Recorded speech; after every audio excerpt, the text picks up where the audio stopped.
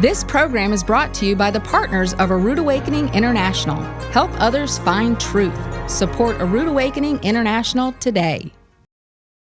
Since Genesis 1:1, Jehovah's plan was for man to choose righteousness and to live forever, despite our inability to do it on our own. Tonight, Michael Rood takes us on a journey throughout the Bible, weaving together the perfect plan of the Almighty to create us, teach us, rescue our eternity through Yeshua, and prepare us for the things that must come to pass before our Master returns. Because it's the end of the sixth day, the sun is set, and this is Shabbat Night Live.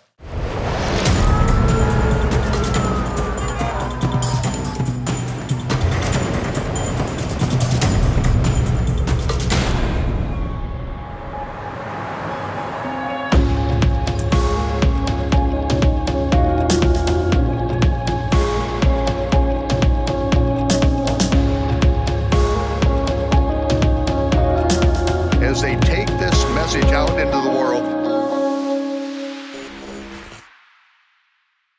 Hey, Shabbat Shalom to our friends. Welcome to Shabbat Night Live with Michael Rood. If you've been watching for the last couple of weeks, you know Michael's teachings are back. Now, these are teachings that were recorded in 2020, but no one has ever seen them. And tonight, Michael is talking about the plan of salvation that has been in the Bible since Genesis 1:1. But first, let's take a look at the all-new astronomically and agriculturally corrected biblical Hebrew calendar.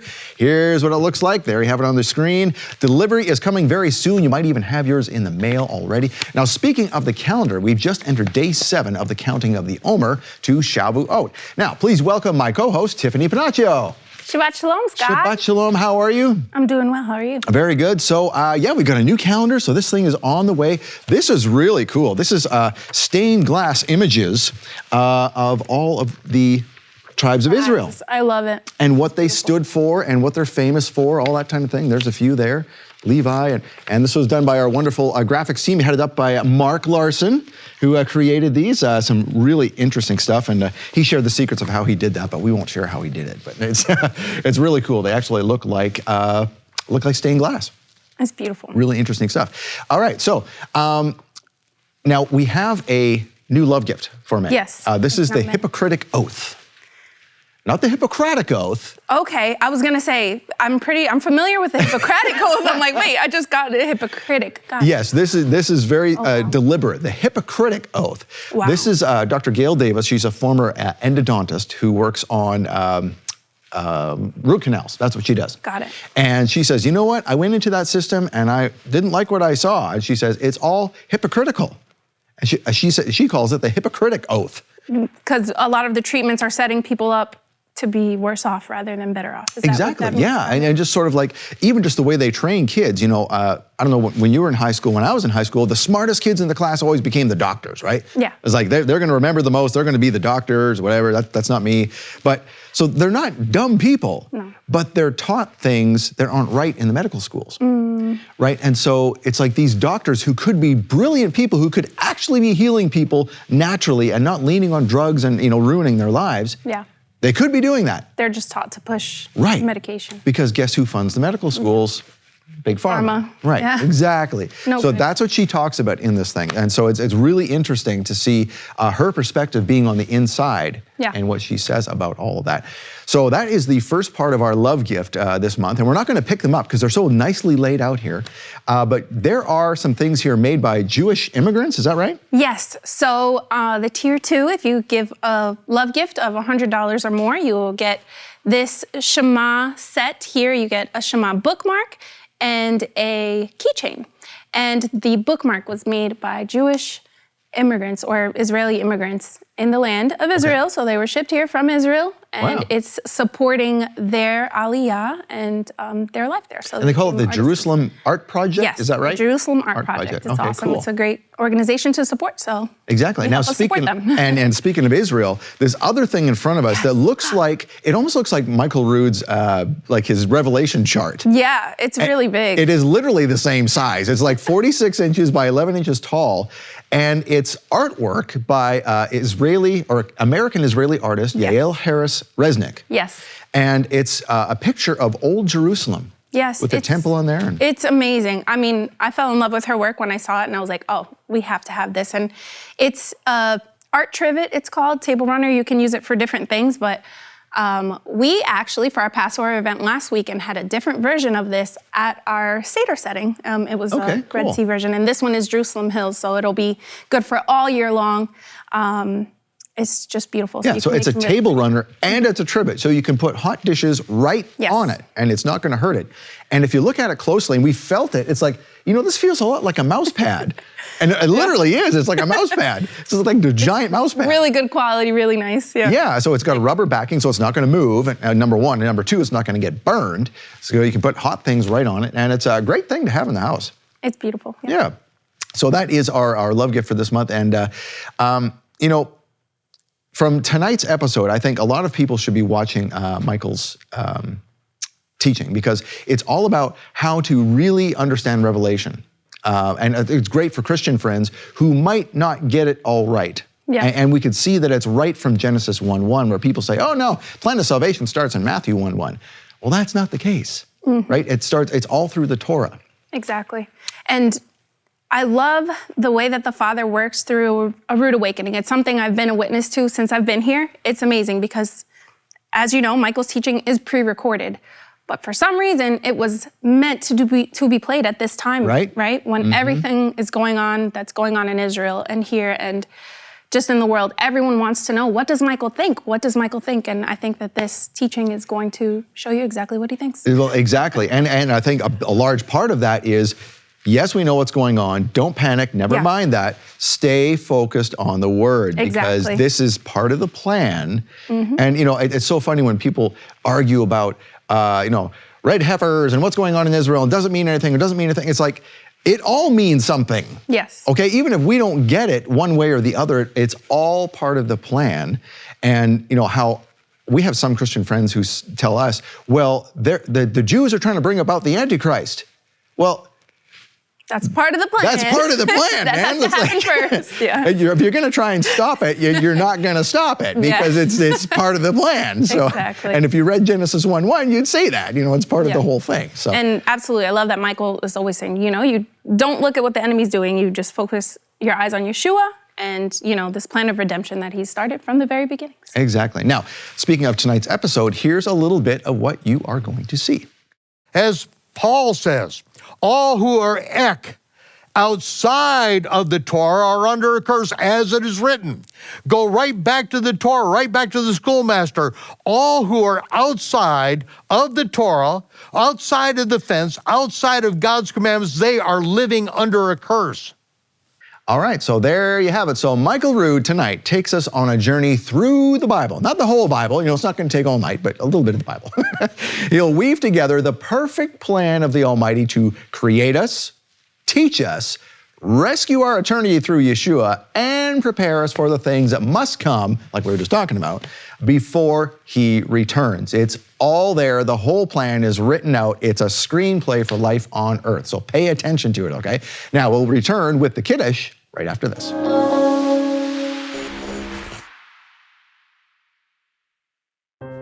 If there are natural methods of healing our bodies, why don't we learn about them from mainstream medicine? Satan put all these agencies in place to do what he needs to do to depopulate the agenda, to make us sick, and we become useless for the kingdom of God. In The Hippocratic Oath, former endodontist Dr. Gail Davis reveals the infamous war on your health from an insider's perspective. From mainstream sick care to manufactured food and pharma-funded medical schools. This month's Love Gift teaching, The Hippocratic Oath, is not available anywhere online, but we'll give it to you as our thanks for supporting A Rood Awakening International.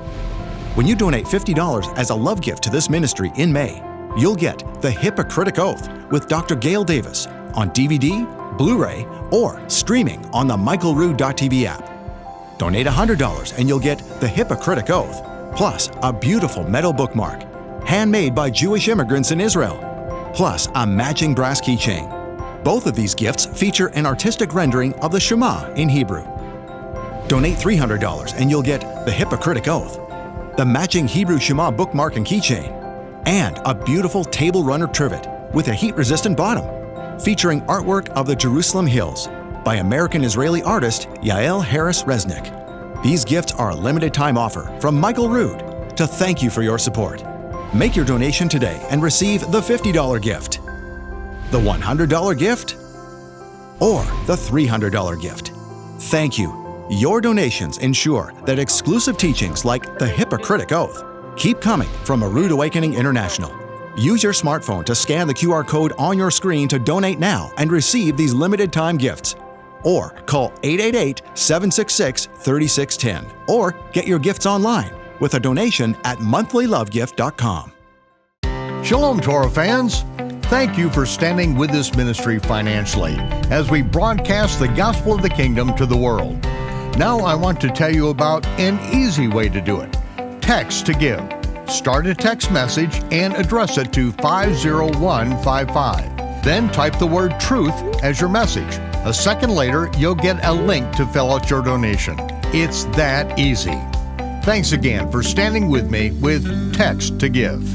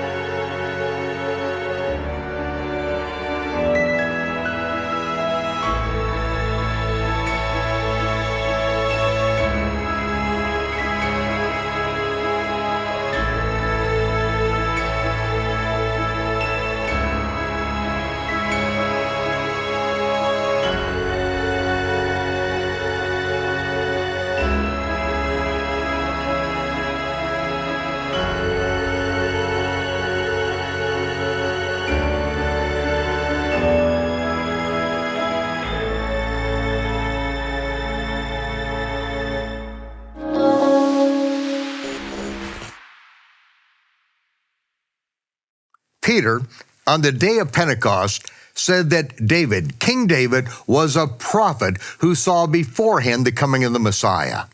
He saw that his son, the Messiah, would be the Kohen Gadol forever after the order of the Melchizedek.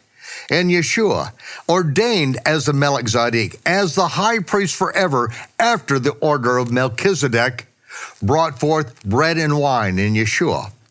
On the night in which he was betrayed, brought forth bread and wine and interpreted the very thing that Abraham saw so many generations before. Yeshua took bread and he spoke this blessing. Baruch atah Yehovah Eloheinu melech ha'olam, homotzi lechem min haaretz. And he broke the bread and he said, this broken bread represents my broken body, which will be broken for you. By my stripes you will be healed. Do this in remembrance of me. I'm paying the price.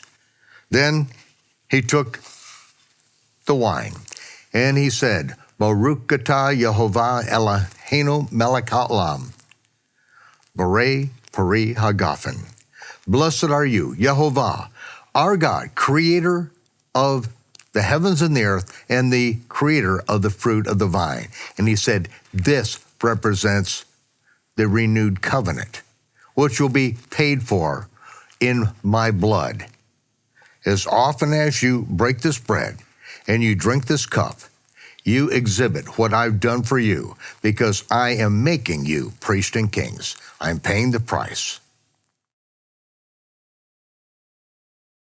Shabbat Shalom, priests and kings.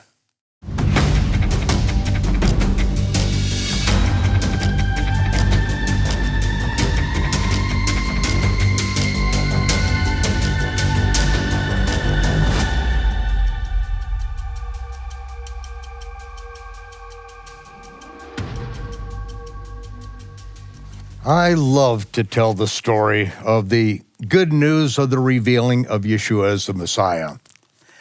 I have this Revelation scroll. I have this mounted on the wall in my living room, 8 feet long, and I go up to it and I stand there, and sometimes I look at just one line, and it takes me back in time, and I'm standing there for an hour. Sometimes I've stood there looking at just the first section and standing there for 2 and 3 hours because of the stories that it all brings to bear. And I have such a hard time knowing how to communicate this because I love the story. This is the greatest story never told, but I know most people don't care about it. They don't want to know. Most people that sit in church, they just want to read a couple verses and have someone tell them what they think it means, and then when the clock strikes 12, they're out of there and going on with their normal life. But to me, this is life. This is the greatest story, and I love to tell it. And so those of you who really love the story and want to know the story, I'm going to do my best to take you back in time, back to the schoolmaster that leads us to the Messiah so that we can understand these things. With the opening salutation, glory and honor and everlasting dominion be unto Yeshua Messiah, the ruler over all the kings of the earth, the one who loved us and washed us by his own blood and made us kings and priests unto Yehovah his Father. That really is not only the culmination of the covenant, the giving of the covenant at Mount Sinai, where the Almighty had us enter into a blood covenant, a covenant that we immediately broke, we violated, incurring the death penalty upon ourselves. And then Moses being told, stand back. Moses, I'm gonna kill them all. Let my wrath wax hot. Let me do what I have to do. And Moses refused. And he went up into the mountain, interceded for Israel until the Almighty came up with another plan and gave him the details of how now the brazen altar was going to be used for sacrifices, where the blood of bulls and goats and lambs and rams would be shed week after week, feast after feast, year after year, decade after decade, millennium after millennium. That it would be a constant reminder that the death penalty is owed. And it can't be satisfied by the death of bulls, goats, lambs, rams, or any other thing. There's no way to work ourselves back out of the breaking of that blood covenant. That very picture of Adam in the garden, who is told, you can eat of any tree in the garden. I've given you this tree of life in the midst of the garden, whose leaves are for the healing and for sustenance and nourishment. You are designed to live forever, but there's one thing that you are not allowed to do. You're not allowed to eat of this one tree, because the day that you do, you will die. There's no way out of it. You will die if you eat of that tree. I have given you everything. I have given you the dominion over the entire earth. The earth in its infancy, the earth that for ages upon ages, that the Almighty was able to, with just his mind that we can't even fathom, to understand how to construct a physical universe out of nothing, out of protons and neutrons and atoms that don't even appear. And yet he can then work all these laws together to where these atoms then can build and form the building blocks of a reality that we can see, smell, taste, and touch. And then after eons and eons, timeless time, the Almighty can, a moment of time, there is nothing, and then In the beginning, God created the heavens and the earth. And the earth was without form and void, and darkness upon the face of the deep. And then the Almighty began making paradise, a paradise on this one planet in the midst of timeless expanse of the universe. And he put a great light to rule the day, a lesser night to rule the night. And then he started to populate this earth with life, with animals. And then finally, the Almighty, his crowning achievement, he wanted fellowship, and so he created man. Adam was the only created Son of God. He created him. And he said, all this is yours. I've made you the king of this planet. And so then the Almighty brought every living creature to Adam and said, you name them. You define what this creature is. And so Adam named all the creatures. And he knew all the creatures. And he understood why they were created, what their purpose was. And so he named them after their purpose and after their nature. And after that, Adam was missing something. There was no real companion for him, no intellectual companion, no one that he could share this world with. And so the Almighty had another idea, which he knew from before the beginning. He put Adam to sleep, and when Adam woke up, the Almighty said, Adam, I have something for you. I love you so much.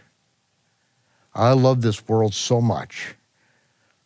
I have the crowning achievement. I have the pinnacle. And then out of the midst of the garden walks Hava. Adam looks at her and he can't believe it. He wakes up and he knows there's something missing from him. But now he's going to find what was missing from him, because Yehovah brings Hava to him. And then he begins to understand. This is where life is complete. Man is complete. And it is the most beautiful thing in the entire universe. God tells Adam and Hava, be fruitful and fill the earth.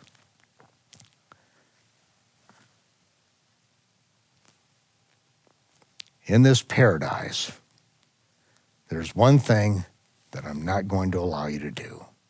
I'm not going to allow you to eat of this tree of the knowledge of good and evil, the knowledge by experience, good and evil. I don't want you to experience evil. I just want you to experience good.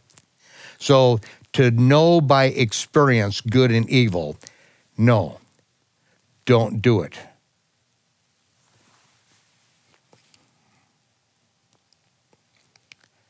But Adam did it.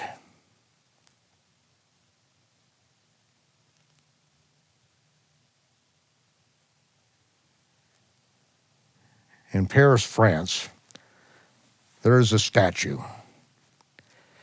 a bronze of the thinker. But it's not the bronze of the thinker. It is a man naked, posed, staring at another bronze statue or sculpture in front of them, which is the gates of hell. And in that bronze, you look at it, the horror that's depicted on the gates. And the thinker, Adam, is looking at this, contemplating, what did I do? What did I do? I was given all the wealth and the power and the glory of this world. I was given complete dominion and rulership. God, my Creator, wanted to fellowship with me, and He asked me to do one thing. Don't touch this. Don't eat of this. Don't experience good and evil. I want you to eat of the tree of life.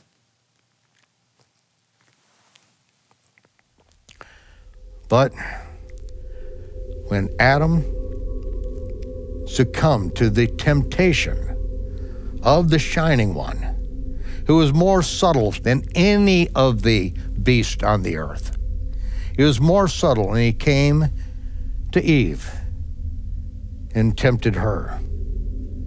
And then she gave of the fruit of that tree to Adam. And at that point, death entered.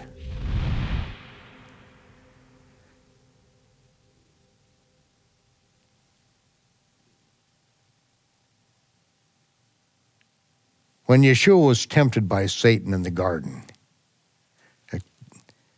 Satan in the wilderness, Satan came to him and showed him all the power, the glory, and the wealth of this world. And he said, all this has been delivered to me, and to whomsoever I will, I give it. It was delivered to him. By whom? By Adam. Adam was given this. He was given the title deed to this world and everything in this world.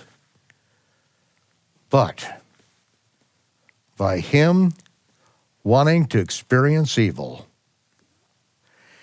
he took the title deed to this world and put it in the hands of Satan, and Satan had it legally bound. It was legally bound, and no one could take it from him. So, Adam died. Sin entered, and now we see, after thousands of years, all of the corruption, the death, the disease, the wickedness in this world, the wickedness in the heart of man, is all because of that thinker in front of that gate saying, what in hell have I done?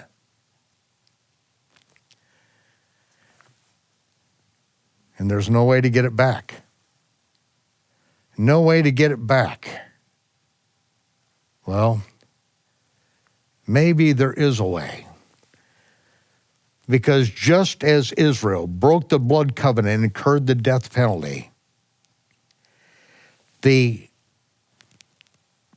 very thing that they were offered to be priests and kings, Yeshua volunteered to die in the place of the guilty party. He who knew no sin became sin.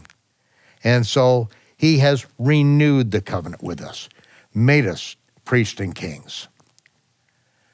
We're going to find out in the course of the book of the Revelation that what Yeshua does, he then can finally proclaim in the end, with a new heaven and new earth.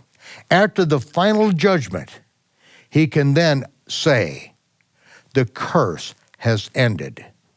Now you have access to the tree of life, which is for the healing of the nations, the health and healing of the nations. Just as you were created to live forever, now we get to live forever. And paradise is restored in the end. But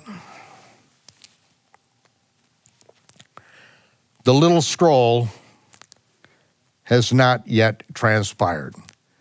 The little scroll that the angel gave to John and said, eat it. It's going to be sweet to taste. You're going to love it.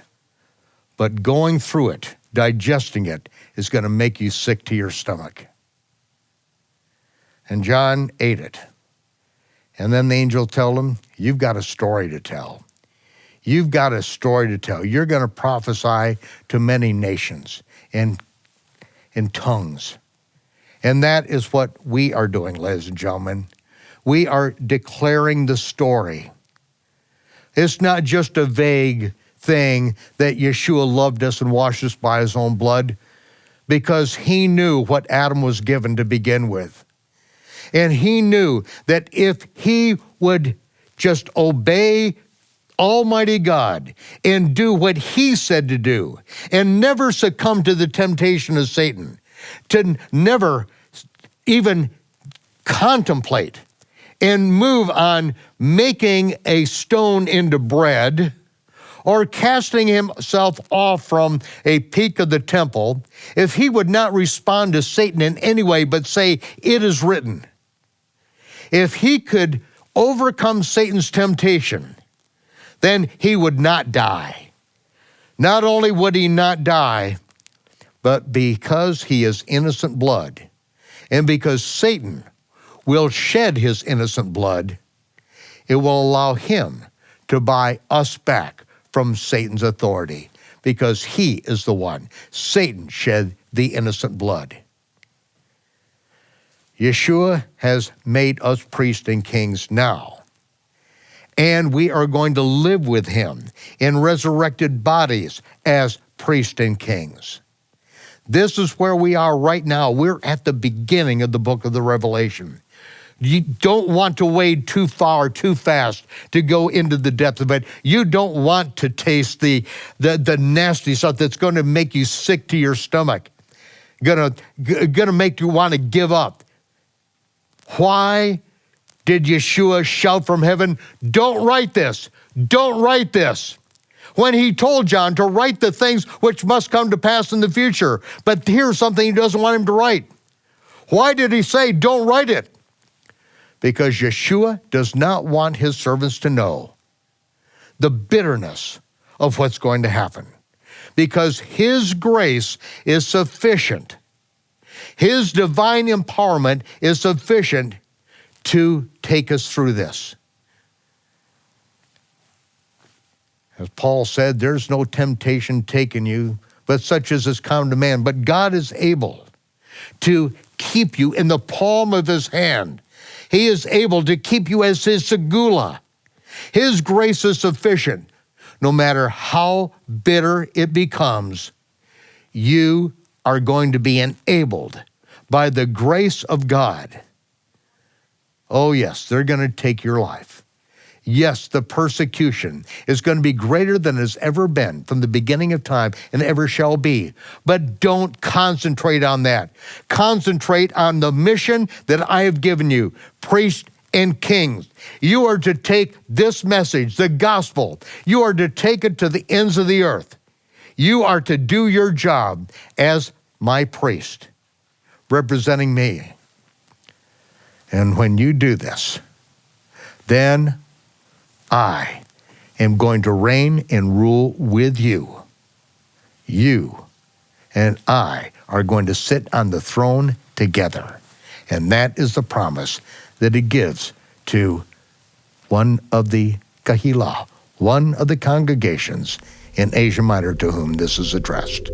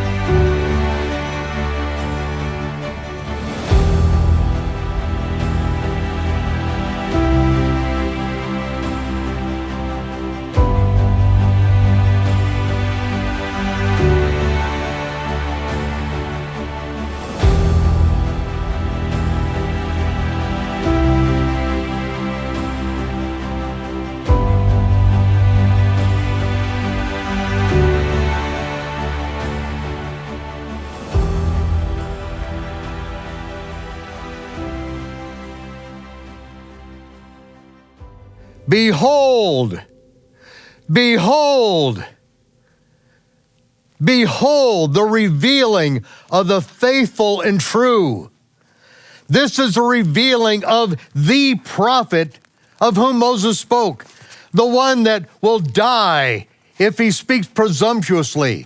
But no, he is faithful. He is true. He does not die. With all the temptation that Satan throws at him, with all the power, the wealth, the glory of this world, you just bow down and worship me, and it's all yours right now. And Satan was turned down flatly. Yeshua didn't challenge his jurisdiction. He didn't say, no, it doesn't belong to you. It wasn't delivered to you. He knew it was delivered to him. He knew that it was legally delivered to him and that he could give it to anyone he pleases. He could give a portion of his kingdom to anyone that bows the knee. Anyone who wants the power, the wealth, and the glory of this world, if they will just bow the knee to him, if they will just go his way, if they will just do his will, then a piece of that action is theirs. That is why the world is in this sorry state that it is in. Not because God didn't love the world. Not that he didn't create this world as a heaven on earth. God so loved the world. God so loved the world in this creation that he gave his only begotten son, because his first created son, Adam, turned it over to Satan.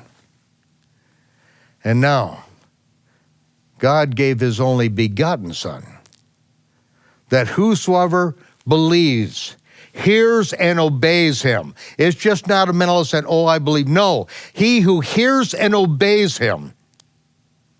For God so loved the world that he gave his only begotten son, that whosoever hears and obeys him shall not perish, but shall have everlasting life.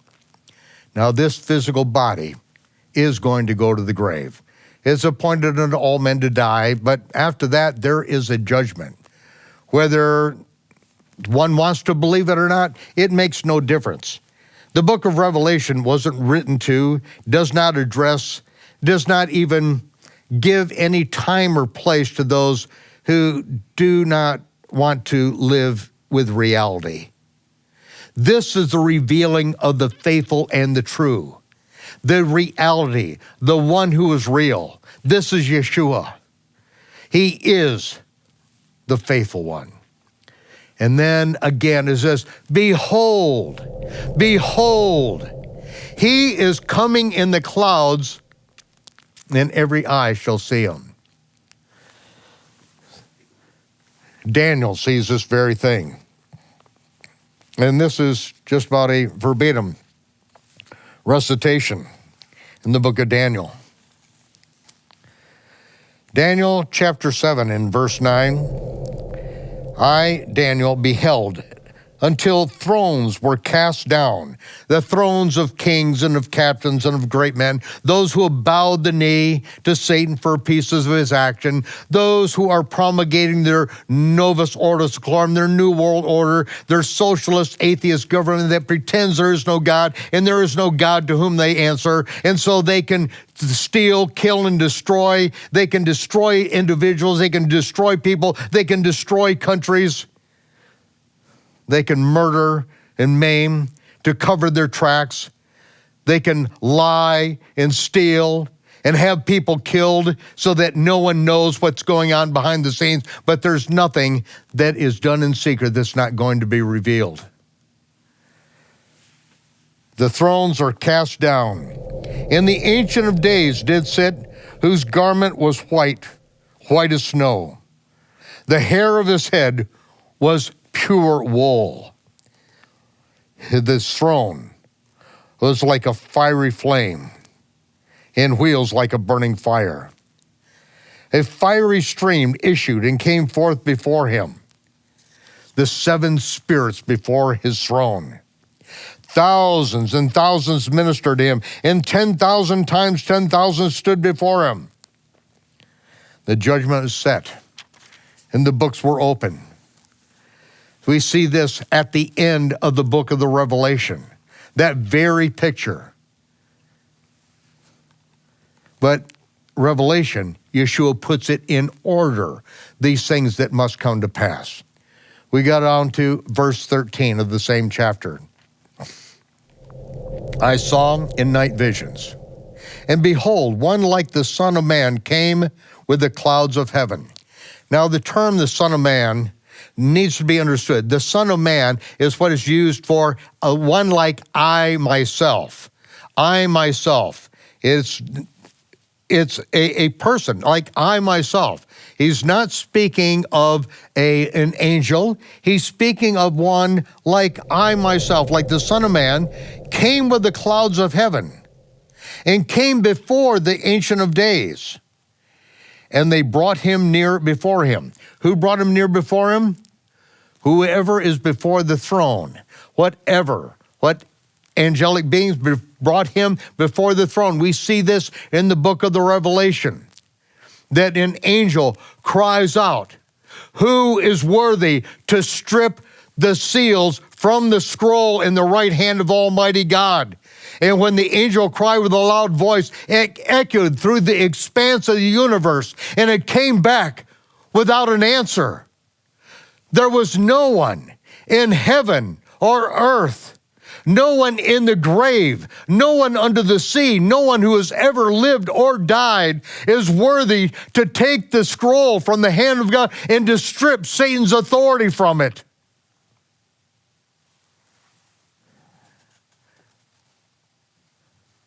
When John sees this, he falls down like a dead man.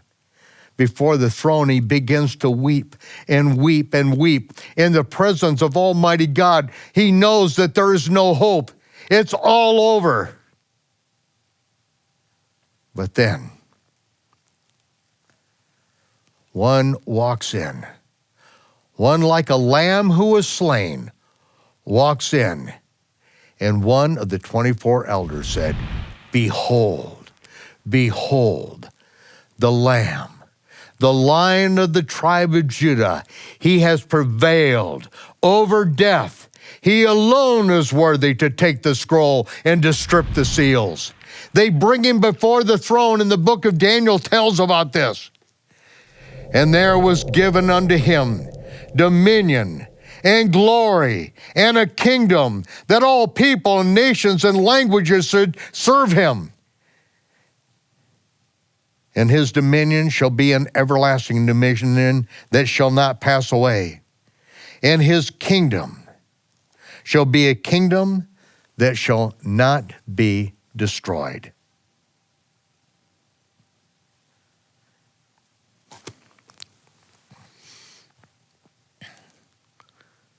Behold,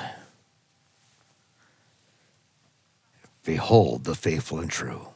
He is coming in the clouds. He's coming in the clouds. And every eye is going to see him. All who pierced him and all the people of the earth shall wail because of him.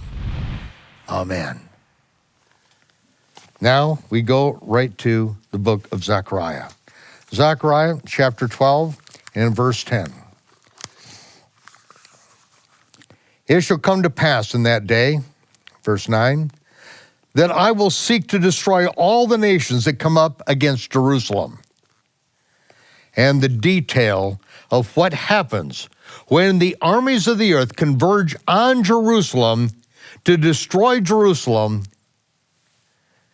is in Zechariah. But when does it take place? Yeshua tells us when all this stuff takes place. In the book of the Revelation. This is Yeshua revealing, opening to his servants the things that must come to pass and in the order in which they come to pass. If we don't get the timing, if we don't get the beat, we won't understand the symphony that is being played out. And I will pour upon the house of David and upon the inhabitants of Jerusalem the spirit of grace and supplication, and they shall look upon me, whom they have pierced, and they shall mourn for him as one who mourns for his only son, and they shall be in bitterness for him as one who is in bitterness for their firstborn. One in bitterness for their firstborn who dies, because Yeshua is going to be understood. Blindness in part has happened to Israel until the fullness of the Gentiles come in. But then God is going to remove the blindness in part, and it's only in part, only in part. But blindness is in much over the Gentiles as well. The Gentiles, who are aliens from the wealth that is common to Israel, who are raised without God and without hope, who are raised with pagan sun god worship. You were Gentiles. You were led about and you worship pagan gods just like you were led. And until the Gentiles are grafted into Israel, and then they become part of Israel, and start studying all of the books that were given and written to Israel, for Israel, to understand, until that happens, they're still going to be deaf, dumb, and blind. But all who pierced him, and all the people of the earth shall wail because of him. So be it. Amen. Then the scroll continues. This is the vision of Yeshua Messiah, that Yehovah granted him to show unto his servants the things that must come to pass, and the kindling of his wrath in the day of Yehovah. These are the things, this is the vision, first of all, that Yeshua Messiah, this is for his servants. This is what Yehovah, God the Father, granted to him. Yeshua is sitting at the right hand of the throne of the Father. The Father has given this to Yeshua to show to his servants. The word servants is the word doulos. The word doulos is a bond slave. The bond slave is defined and described, even though we have the word doulos in Greek here, but yet this is defined in the book of Numbers to understand who this is written to. Ladies and gentlemen, this is why the book of Revelation is not understood by most people, by most Gentiles. Most Gentiles who are still immersed in pagan sun god worship, who have not fully connected and grafted into Israel to be nourished from the root and sap, which is a life-giving nourishment from Israel, to go back to the root, the Hebrew root, not Jewish root, but the Hebrew root of their faith, to be nourished from that, to go back to the Torah, which is our schoolmaster, to lead us to the Messiah, to go back to the prophets that call us back to the Torah, to keep the commandments of God. Because the prophets know what Moses said, all who are outside of the Torah are under a curse. All as it says in Galatians, as Paul says, all who are outside of the Torah are under a curse, as it is written. Go right back to the Torah, right back to the schoolmaster. All who are outside of the Torah, outside of the fence, outside of God's commandments, they are living under a curse.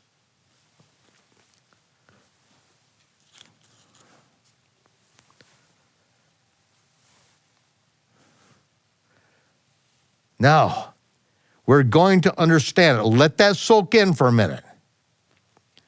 Because his servants are defined in the book of Numbers. It is a servant, an indentured servant who has paid his debt to his master.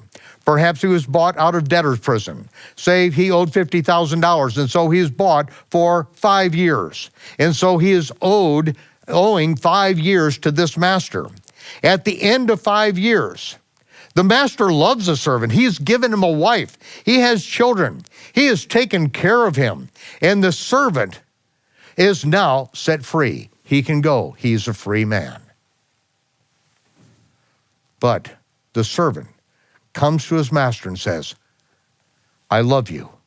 I want to be your servant for the rest of my life. And so that servant who is set free, he's paid the price. The price has been paid for him. And now he goes with the master to the elders at the gate of the city. The master says to the elders at the gate, this is my servant. I have set him free, but yet he wants to serve me the rest of his life. He wants to be my doulos in Greek. And the servant says to his master before the elders at the gate, this is my master. I love him. I want to serve him the rest of my life. I will do nothing that will disparage the name of my master. I will only do what he asked me to do. I will never act on my own benefit. I will not try to raise myself up personally. I will only seek that which raises him up. And then the master takes the servant and puts his ear to the doorpost and takes an iron awl and bores his ear through with this iron awl. And as his ear is pinned to the door with the blood running down his neck, the servant confesses that this is my master. The master says, this is my servant. I will back him up with everything that I've got. He then pulls that bloodied spike out of his ear, puts a gold earring in his ear. He takes off his signet ring and he puts it on the hand of his servant. And now the servant is authorized to be his ambassador, to do everything that the master asked him to do. And he will back it up with everything. That is to whom the book of Revelation is written. Not to a pew warmer, not to somebody that just goes to church, not somebody that just does their religious duty and then they're on their way, but the real servants of the Messiah who have been set free because the price has been paid. Yeshua has paid the death penalty. We've been set free.